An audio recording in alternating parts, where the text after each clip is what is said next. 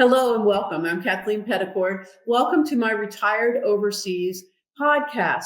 Today's guests, I think you're going to find very interesting because in the past, we've been speaking with people who've made this move. In some cases, who made this move decades ago, people with long experience living and being retired overseas.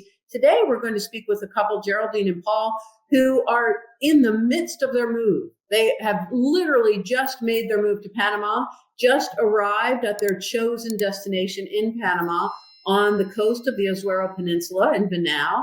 And I'm not going to steal any more of your story. I want you guys to tell your story, which is exciting to me to hear about someone going through the process and living through the experience of upending a life back in the States, maybe upending is a bit dramatic, closing down a life in the United States and then launching a whole new life here in Panama. And again, normally we're talking to people who've done that and they're speaking of what they've done from experience, but you guys are right in the thick of this. And so to me, I think that should be very interesting to other people who are considering the idea still, maybe intimidated, maybe worried and interested, I bet, to hear your real life, real time challenges and how you're addressing them. How did you then land on the idea of Panama? Okay, so we knew that we were closing our businesses. And at that point, I had gone back to work inside the businesses because they had taken off to a point where they needed my help. And we were going to come down to Panama for a few days just to kind of tour around as a family, the three of us.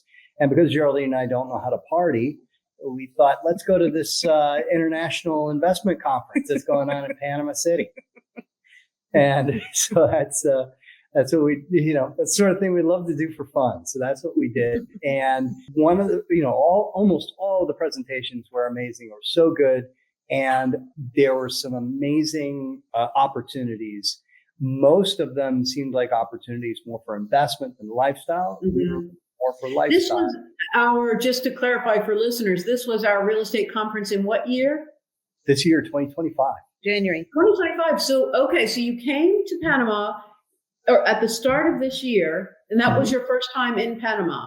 No, we've been here a few times before, and Geraldine spent a considerable amount of time here, 6 weeks at a time, sort of thing. She's really liked Panama. Yeah, we've enjoyed our time here for sure. It checks a lot of boxes for our family, in particular right now for Paul and I, because now we're empty nested, but it does check an awful lot of boxes compared to, I had mentioned it's been probably 20 years. We've been kind of bouncing around, looking, researching, traveling, trying to, mesh bunches of lists. That's kind of how we do it. When we move someplace, I get his top 10, my top 10, we mesh them together.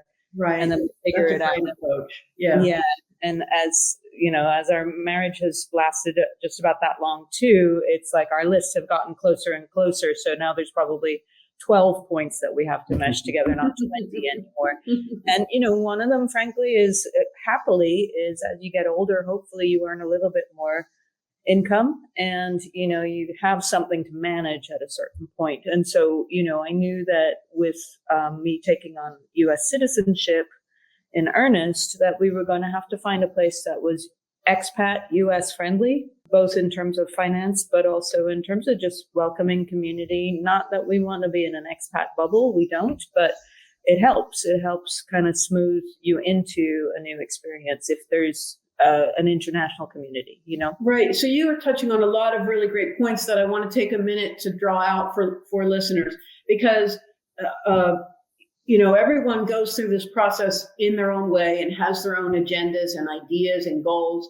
But for everyone, I think what you're describing is a solid strategy. Start with lists. Start with your priority list, your preferences. What do you want your new life in your new place, wherever that ends up being, to look like? Because as we try to remind our readers as often as we can, the idea of this exercise is a better life. This doesn't come without work, as you guys know for sure. It comes with some hard work, some challenges, and expense. And so after you go through all of that effort and cost, you want your life to be better. You want your life to be much closer to your ideal of what your life is for you, whatever that is. So start with the list. What is that? And if you're moving with someone else, a significant other, a spouse, etc., make the list together. And as you guys are describing, you each made your own list and then you had to marry them. That's a brilliant strategy. And then you have some other getting started questions to answer. And one of the big ones you just mentioned, Geraldine, which is, how local do you want to go? Do you want to live in an expat bubble? Do you want a private gated expat community? Or do you want to be in a local neighborhood where everyone else around is local and no one else speaks English? Or do you want something in the middle? Those might be the two extremes. And then there, will be a lot of options in between. So that brings you to, you made your list, you had some experience of Panama, you came to our conference at the start of the year, and since then it seems you've moved pretty quickly, because I'll let listeners in on, you are speaking to us today from your new home in Venao, Panama. So congratulations on your new digs. It looks lovely, it looks charming. In fact, coincidentally, we are driving over to the other side. I'm at Los Islotes right now, which is the other side of the Azuero Peninsula, where you guys are. We're way down south on the western coast. You guys are way down south on the eastern coast. As the crow flies, we're not very far from each other right now.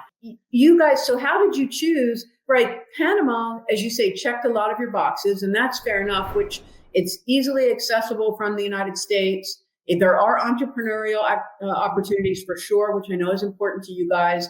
It's still affordable, uses the US dollar, safe, stable, all those things. Plus, beautiful, really, undeniably beautiful coastal living options. So in that context, then how did you end up in Venao, which is kind of remote still? And for me, that's a huge plus. I can imagine the answer, but not for everyone. So how did you come to choose that location specifically? So remember how I was saying we had to merge lists over time? We learned to merge our lists. Well, we've actually swapped clothing as well, because I'm right now wearing a surf shirt, but I don't know how to surf. This is our surfer. And so, that was one of the things on the list. It was funny because, when Geraldine and I would, we certainly had our written down list, but we would talk often about what would be the next place we'd love to be. And, like Charlie said, it'd be 20 years of talking about this stuff, and it changes and evolves, but we had a pretty good sense of a picture in our mind of what we wanted life to look like next. And during your conference, there was a guy standing up, and it was the last day, it was one of the last presentations. And he starts to describe this place. And, I'm looking at Geraldine, she's looking at me, and he's describing it. Yeah, that sounds like what we're looking for. Yeah. And, you were talking earlier about the expat bubble versus the non-expat bubble. Another thing that was important, I think, to both of us is the idea that we didn't want to be in a community of people who are our age and older. We're big believers in the idea that part of what keeps you feeling young is hanging out with young people and afflicting yourself. I agree completely. That's why I love my staff. I have a whole bunch of 20 and 30 somethings that I work with all day long. And I agree. It keeps your perspective young, and you have to keep your energy up to keep up with them. Yeah. Your staff is lovely, by the way. We met them last month. And Thank you very much. Yeah, they're great. So this community that we're buying into, we're actually in a rental right now. The house won't be ready for a few more months. Is built with the primary focus being families, and as Geraldine mentioned, we are empty nesters, but we find that to be exciting, and fun. It'd be great to be able to participate in Halloween without being worried about, getting all the work done on Halloween day and being too busy to decorate the house and all that sort of thing that, it's sort of plagued us our entire business lives. Yeah. Our parenting lives. Yeah. It's just never been able to do that. All right. Well, that's very exciting. So you made a purchase pre-construction, and then you went back to Austin to organize yourselves for your move. Were there any complications there? Did you sell your home? Yeah. Not with the home, no complications over this part, but it does take a while to get everything set up. That was the end of January. We had actually already made the decision to shut down our businesses because just completely separately. It's just, we've been in education. It's been a very, very challenging time in education.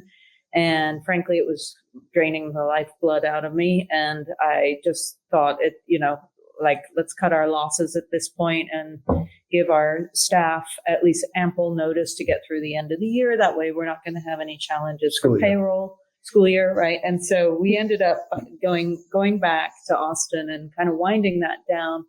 And through your conference, we actually found our attorney as well and a few other resources. But that would be the one thing I think I would caution people to do is we didn't have even though we had 5 months of time, which is a lot of time, I and Paul did not have a lot of personal time to organize the transition because everything was really focused on the business being, triaging the business wind down. Right. So if there's anything I would just kind of recommend to listeners is absolutely don't skimp on the next leveraging the resources and taking the time to vet vendors who are going to help you with the transition because, inevitably you can't make perfect choices, but I know I could have made better choices if that would have been a little more aligned with what we that's needed. a very good tip, right? Exactly. Don't work with the first person you find, the first person you speak with. You can, there are, for a country like Panama, for sure, many options for every kind of resource and support person you might need. So many options for immigration attorneys, shipping, customs, brokers, moving your furniture, your pet, whatever, getting your utilities set up. Are you buying a car? Do you need a driver's license? Insurances, all these things. One big plus, one of the many pluses for Panama is they're all very developed industries for expats here at this stage. So I think we'll wrap it up there and let you guys get back to launching your new life in Venao. But would you have any kind of parting words of wisdom? Now that you are in the thick of this here in Panama specifically, what would you say to someone else who's considering Panama specifically? Ooh, Panama specifically. I'm not sure. Can I speak to generally? We've been married for over 20 years. Yeah, almost 25 years. Mm-hmm. And the experience of moving internationally, which is now our second go around, those two experiences were probably the most the hardest as a couple. So, if you are making an international move as a couple, make sure that your relationship is solid. We are a team. We will always be a team.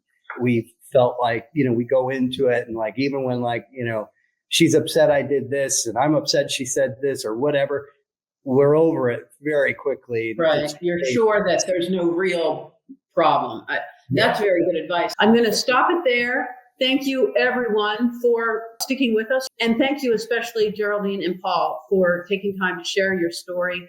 I find it very inspirational to hear about people making the move in real time, just starting out. It's so exciting where you are at the just getting started phase. So I hope we'll be able to check in with you later on after you've been in your new home for some time and see how things are going. We will stay in touch. Thanks, everyone. And we'll talk to you all again soon. Take care. Thank you.